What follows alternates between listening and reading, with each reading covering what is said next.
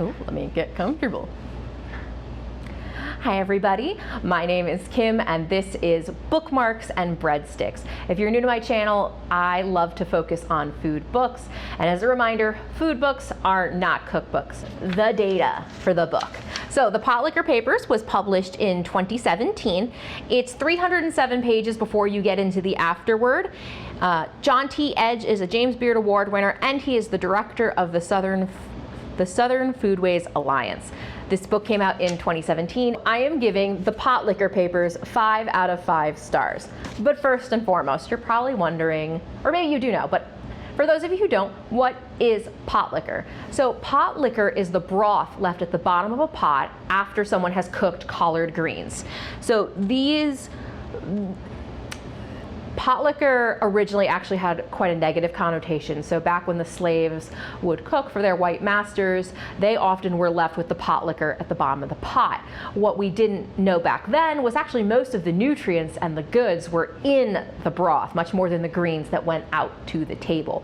Now, and throughout this book, the Potlikker Papers really shows how the South is re-embracing and redefining what potlikker really means. So it used to have this negative connotation, harking back to the times of slavery in the South, and now it's how can chefs of the South really put their own twist on this and talk about Southern cuisine. This book was so fascinating. There was so much about the South that I didn't know, and there was a lot that I couldn't look away from. In the freedom struggles, which is the beginning and the upfront of the book, John T. Edge really talks about how the kitchen was not a safe space for blacks. That is where the majority of the rapes, the sexual assaults came from the white master forcing himself upon his black slave women.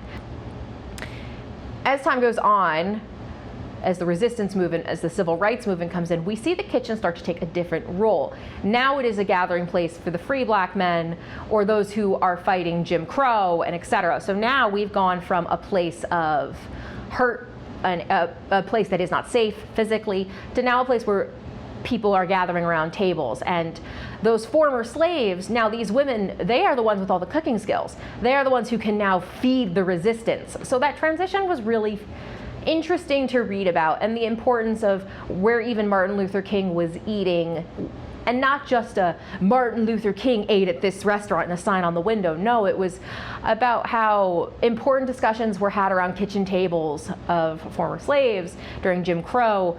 We also know that there were tons of peaceful protests and sit-ins at segregated counters, if you think a la the old school diner. So kitchens and restaurants really have their place in Southern history.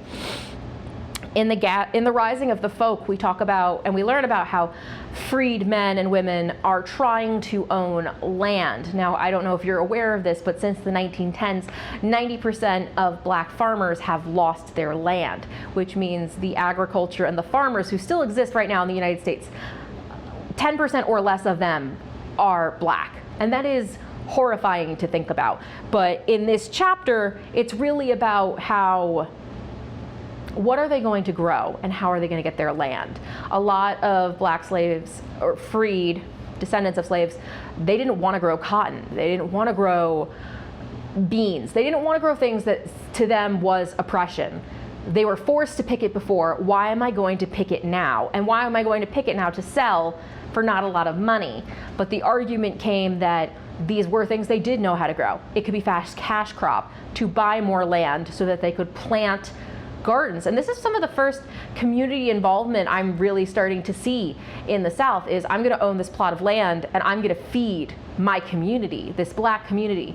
And there's an element of the hippie movement in there, psychedelics. What I also found fascinating was the intersection of Muslims in the South and also Jews in the South, who a good majority of them rose up to try and help the black community with farming, with agriculture, to build a supply chain. It wasn't just growing, it was where did they sell them in these farmers markets, distribution chains and alliances not in political ways, but business partnerships and relationships. And it was really fascinating to read.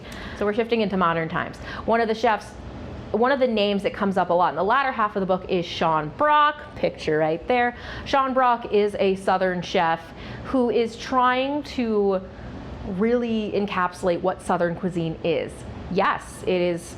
A lot of the traditions are from a lot of those recipes in Southern cuisine came with the slaves, came on the boats. And now what Brock wants to do is also look at what is still grown locally and what is a heritage breed he can help revitalize. So Sean Brock's motto, and one of his restaurants is named Husk, is if it's not from the South, it's not on my table. If you want to learn more about Sean Brock, he does have a couple of cookbooks, and he also is featured on an episode of Chef's Table, the documentary series that's available through Netflix. It's a really interesting watch. I highly recommend it.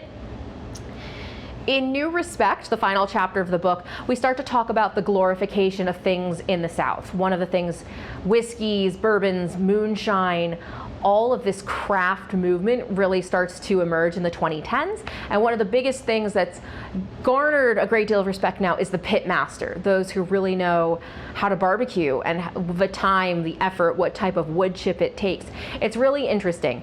We end in 2017 and it's left open-ended. I think there's a lot to be optimistic about, but it is heavy. There is a lot of really important work in here. You can tell that it is thoroughly researched, and I think John T. Edge approaches it with great care and great respect. He is white. I know his voice will always be different than someone who is black or a descendant of slavery, etc. But I found that he took quite a great deal of care. I can tell that he loves the South, but also knows and is ashamed of things that came before him. So I think it's a really great book. I gave it 5 out of 5. There was never a moment that I wanted to put it down. I wanted to keep learning more, and this encourages me, and I'm really excited to now compare it in an upcoming review against The Cooking Gene. So what did you think of my review? Would you give the Potlikker Papers a try, whether reading it in hardcover or potentially getting it through Audible as an audiobook? Let me know in the comments below, and if you have any recommendations for books about the South, Southern cuisine, Southern history that I should be aware of, feel free to drop it in the comments below. Don't forget to like and subscribe, and I will see you in the next video. Bye.